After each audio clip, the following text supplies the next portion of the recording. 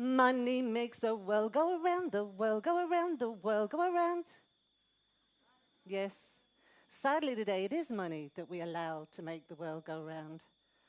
But imagine for a moment being washed up on a desert island. No matter how many $100 notes you have, if you've no food, no water, and nothing to build a shelter with, your $100 notes aren't going to serve you for anything. So what is it that we really need? Is it money? Or is it access to the necessities of life? Now, you look like a very clued up audience, so I'm going to assume that you all already know how money is created through debt, and that it can be used, and in fact it is used, to create artificial scarcity by speculation with food prices, for example. Scarcity, when there isn't enough of something for everyone. We've always lived with scarcity, and that's basically why money was invented, because it got too complicated to carry things around like chickens and tomatoes in exchange for things, especially when talking about exchanging chickens and tomatoes for something like a house. We've always lived without enough. So there's always been people that have had to steal. There's always been a reason for corruption. The system we have today has corruption built into it because of scarcity. And most of the aberrant behavior we see today comes from an environment that leads to it through a lack of access to what we need to survive. Scarcity today is manipulated as well, so as to create a need for something, like when the latest electronic gadget is brought out and it's made in a limited edition, or when farmers are paid not to plant crops so that the markets can maintain their prices or raise them. In a monetary system, it's not interesting to have an abundance of anything, because the more there is of something, the cheaper it becomes. And feeding us a mentality of exclusivity or being the first and the best to get something before anybody else just provokes competitive value memes that are very harmful. But that's the past, or it could be. Money has become an all-powerful tool, it's true, but it's become a manipulative and destructive one that is no longer helping the planet, quite the reverse. But I'm here to tell you that we have much more powerful tools all around us, yet we don't give them the value that they deserve because we think the use of money is obligatory.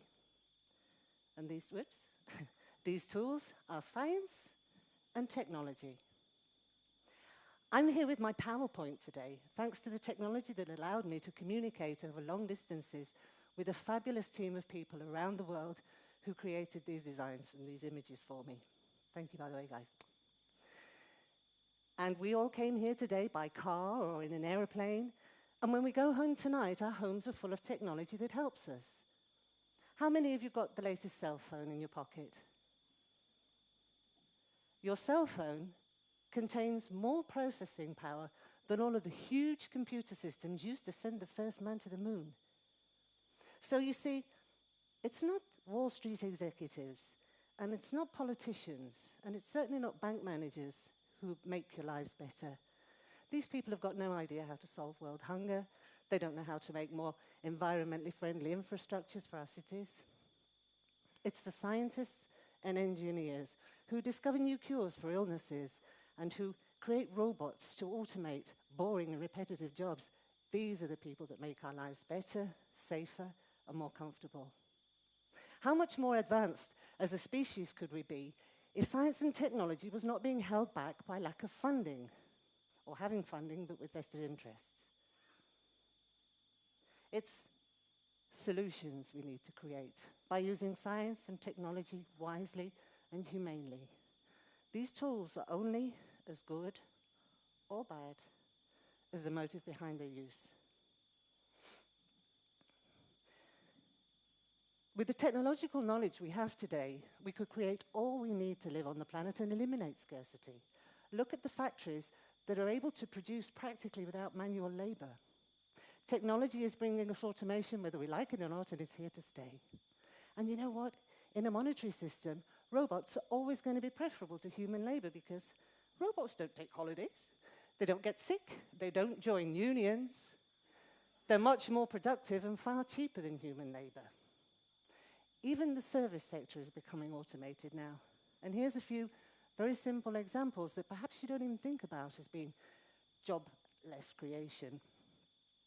Gasoline stations with no staff. automatic supermarket cash points, purchasing online. All these means jobs lost. And we're even seeing robots now that can be waiters. So you see, there's very little that's immune from becoming automated nowadays. Eventually, everything will be automated. And we really do need to think, how are we going to manage in a monetary system if nobody has any work? How are we expected to purchase the goods that are automated?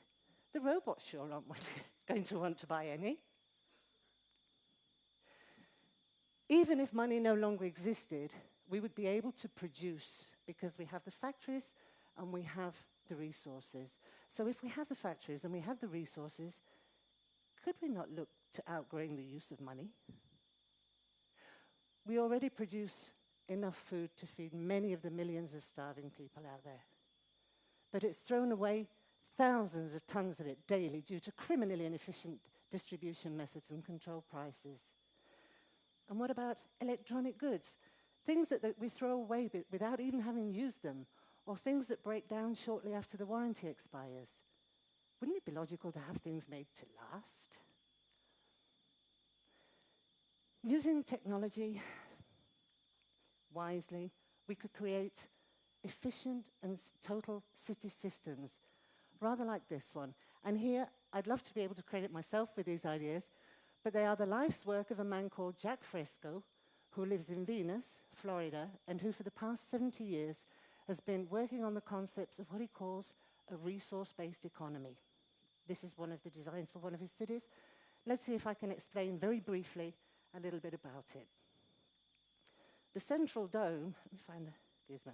The central dome, or theme center, would house the core of a cybernated system that can manage and distribute the goods and resources without vested interests and equitably.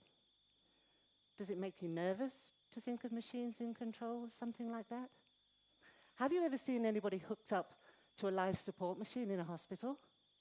We need the same sort of idea, but extrapolated to planet size. Imagine a web of sensors around the world after a natural disaster somewhere, telling us what is needed, where it's needed, when it's needed. Instead of politicians saying, I'll send so many millions of dollars, and the money never getting to its final goal. The buildings surrounding the central dome can provide the community with a variety of cultural activities, such as art galleries, concerts, music, arts, theatre, and so on. You'll notice that there's a lot of lush green landscaping there. This will be very important in the cities. As we move out, these buildings here can house the design and development centers. The cities would also be built with their own production and distribution installations in place so as to avoid having to transport goods and resources from thousands of kilometers away. The residential area can have a lot of different free-form architectural houses which can be built practically without manual labor by using contour crafting.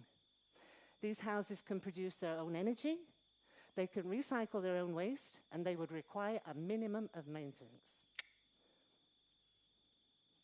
Some people might might prefer to live in skyscrapers or apartment blocks, and these would be very community-focused. There would be communications and networking systems in place, education facilities, healthcare and childcare. And for those of you that don't want to cook, we can even have dining areas where you can go, get anything you wish made for you, by a robot, of course. Depending on the geographical area where the city is built, one of a variety of different alternative energies could be used, and areas would be set aside for the production of alternative energies. It might be solar energy, it might be wind generators, it might be geothermal. There's many different kinds of alternative energies. Imagine cities run entirely on clean, renewable energies instead of being condemned to use fossil fuels. Not long ago, I read an article in a magazine where a politician was saying that alternative energies are more expensive. Of course they are. in a monetary system. But the wind doesn't charge us per gust, and the sun doesn't charge us per sunbeam. We don't have to transport the sun from one side of the planet to the other.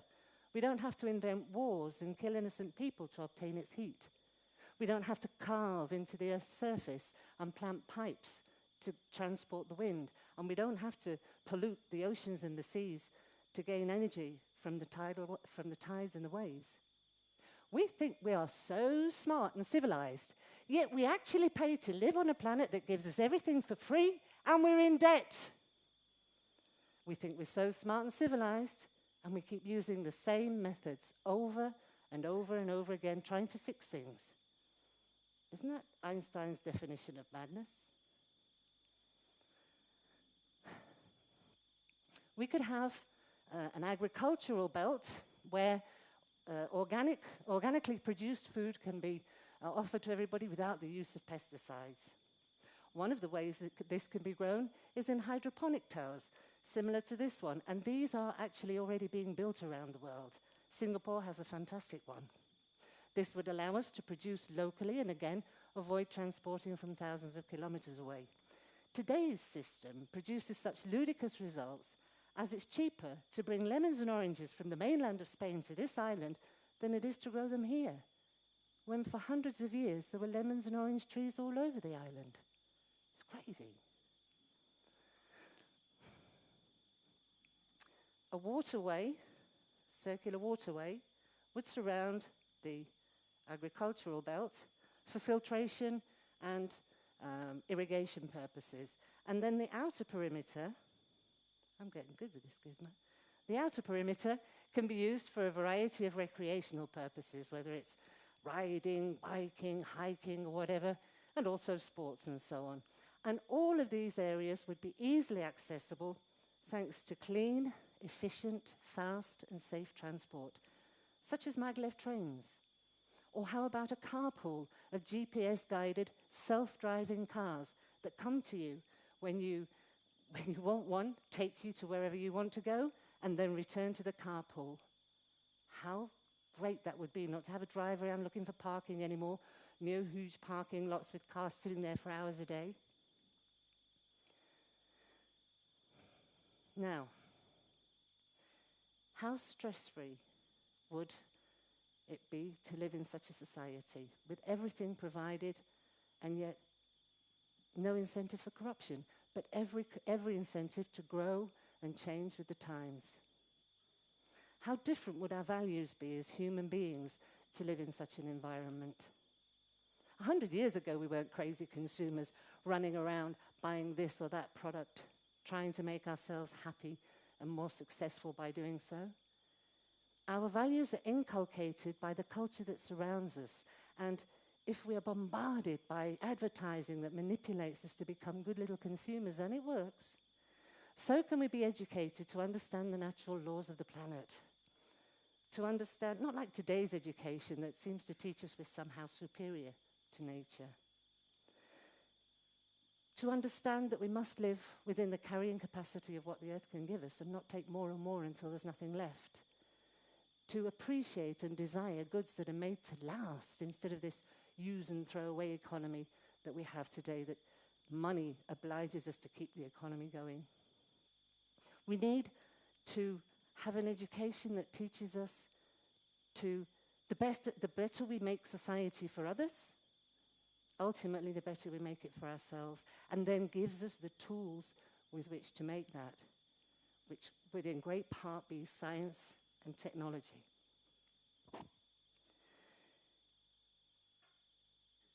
We need to understand that frontiers are false. They create divisions, and we're all one human species. Next time you fly, see if you can see from the plane's window a line in the earth that says, this country starts here and this country starts there. I don't think you're going to see it. It's of no importance where we were born, what God we were taught to believe in, what customs we learned. People of any nationality would love the chance to live in peace and with all the necessities of life provided without a price tag. Our problems are global problems, irrespective of the political party running a country. Therefore, the solutions must be global. If the root cause of this is scarcity and poor distribution of resources, we need to share the resources. We need to take the management of the planet and its resources out of the hands of a few nations and corporations and get it into the world heritage. The example of lemons and oranges in this small island is just a very small drop in the ocean of the huge ocean of political don't know how we see in place today. This is what I mean when I say politicians don't know what they're doing. They're not architects, doctors, teachers, agronomists, environmentalists. Why are they making the decisions in these areas then? Can you see that we're running the planet basing our methods on money and on opinions made by people whose capacity is really highly questionable? Let's give the scientists and engineers the really dire problems we have to solve. Let's allow them to work without monetary pressures to create a world and use the scientific approach to create a world without war, poverty, or deprivation of any kind. Science comes closer to solving problems than anything else, and there's no right-wing way or left-wing way to conduct it. When we reach a time that we can unleash science and technology to solve to improve everybody's lives, we will see exponential results, and that will be the beginning of the civilized world. It's the sum, a resource-based economy is the sum of all the wonderful ideas that we've heard about today and that other people talk about on TED Talks. It's a very holistic idea. It's the sum of all the promises for a better afterlife that the holy books give us. The best thing about it is that we could have it now and not wait to die to get it. We have the technical personnel and the resources to create that paradise on earth. But what's missing is a feasible and attainable direction to work towards, and a resource-based economy offers that by looking at the root causes and solving those problems. It's the spiritual acceptance that we are all one family on one little planet under the same sun, and in the same danger of obliteration if we don't radically change how we manage the planet. It's the sustainable and ecological green point of view. It's collaboration instead of competition. It's technology and the scientific approach to improving everyone's lives. Empathy in the place of profit and monetary greed. And it's humanity in the place of these little pieces of paper we call money. What I've spoken about today is just a very, very short and small part of what is a much larger idea. It's impossible to fit it into 18 minutes. I do hope that I've given you enough information to pique your curiosity so that you will keep looking into and finding out more about a resource-based economy. Thank you.